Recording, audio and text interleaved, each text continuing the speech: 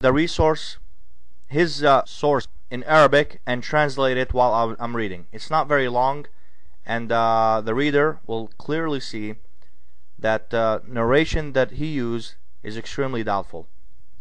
And please pardon my Arabic if it sounds a little broken, because while I can speak Arabic very comfortably and very good, but I can't write it and read it as good. Here is the first part of the source. ليس من هدي المسلمين على مر القرون أن يلجأن إلى استعمال هذه الوسائل الغير شرعية والتي وفدت إلى بلادنا من الأفلام الخلاعية التي يرسلها الكفار وأعداء الإسلام. أما من جهة مفاخذة رسول الله صلى الله عليه وسلم لخطيبته عائشة، فقد كانت في سن السادسة من عمرها ولا يستطيع أن يجامعها لصغر سنها، لذلك كان صلى الله عليه وسلم يضع أربه بين فخذيها ويدلكه دلكا خفيفا، كما أن رسول الله يملك أربه على عكس المؤمنين. What I just said in Arabic is the person who wrote this says this is not an Islamic tradition that thighing, which is basically bringing the male member between the thighs of the wife or the woman, that this is not a tradition of the Muslims, that this is something that people today do through pornography and the Western traditions, because they have so many creative things, if you will, about sex, and they're very experts in sex. They basically, this is one of their the things that they do. But however, he also says that the Prophet, peace be upon him, did practice this in the past with one of his wives. Her name is Aisha, and that the Prophet has the most control on his male member than any of the Muslim men. That's what the guy who wrote this said. Now the second part of this message board's post refutes this, or it doesn't refute it. It just says that while it's been confirmed that the Prophet, peace be upon him, married Aisha at the age of 9 years old, but there is no clear-cut evidence, that there's no authentic resources that say that he did thigh his wife. And even Sam Shamoun himself, in his speech, as you all heard, he did not even quote a single Sahih Bukhari or Sahih Muslim or any specific hadith in his speech. All he said that there's a fatwa, a verdict, that says that the Prophet did it. But when I just read it, it's not a fatwa, it's somebody's own writing on a message board. Here is what the second part says. فالذي ثبت عن رسول الله صلى الله عليه وسلم أنه عقد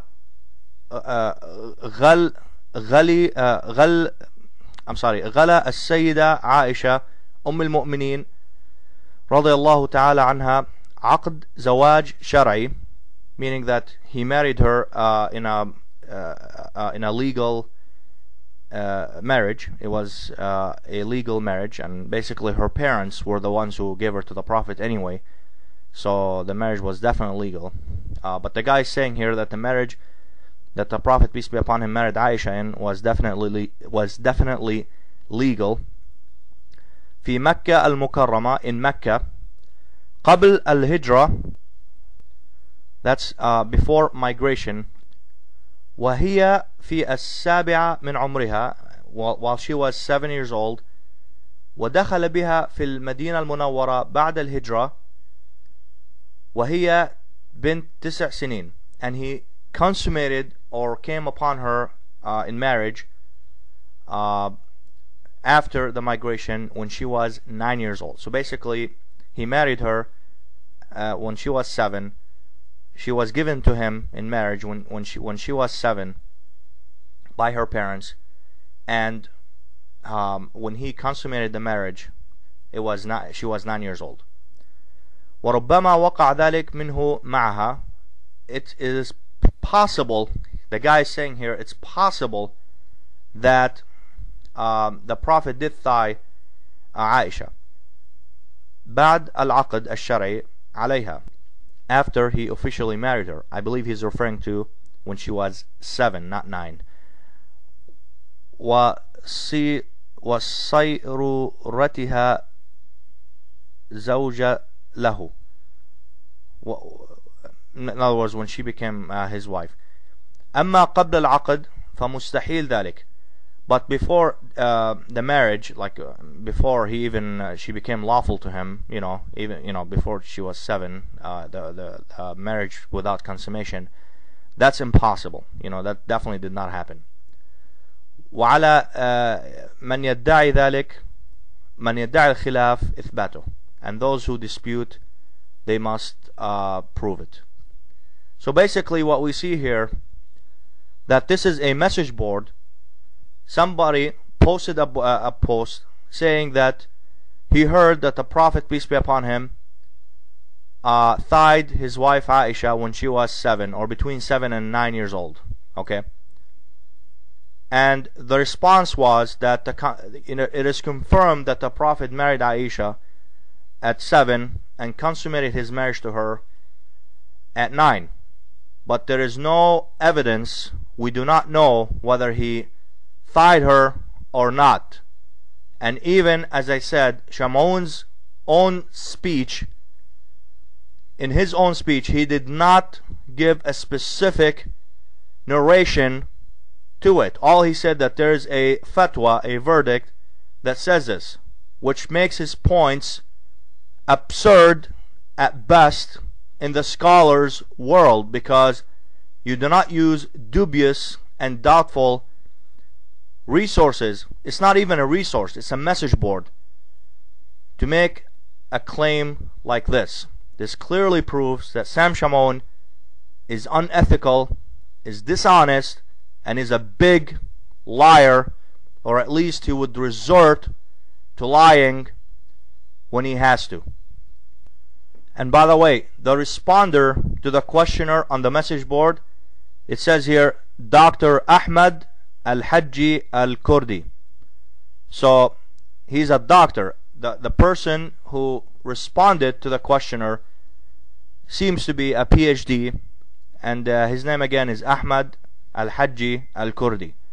So, but anyway, regardless whether the questioner was a Christian or a Muslim, and whether the responder was a doctor or not, the source itself, the page on the internet itself, the resource that Shamoun used, is dubious and absurd at best, because it has no Islamic references either on either post. Both posts did not give any reference, and most definitely and most certainly the first post, the guy who posed the question, did not give Islamic resources either. He said that there is a fatwa regarding this, but we don't know whether this is true or not.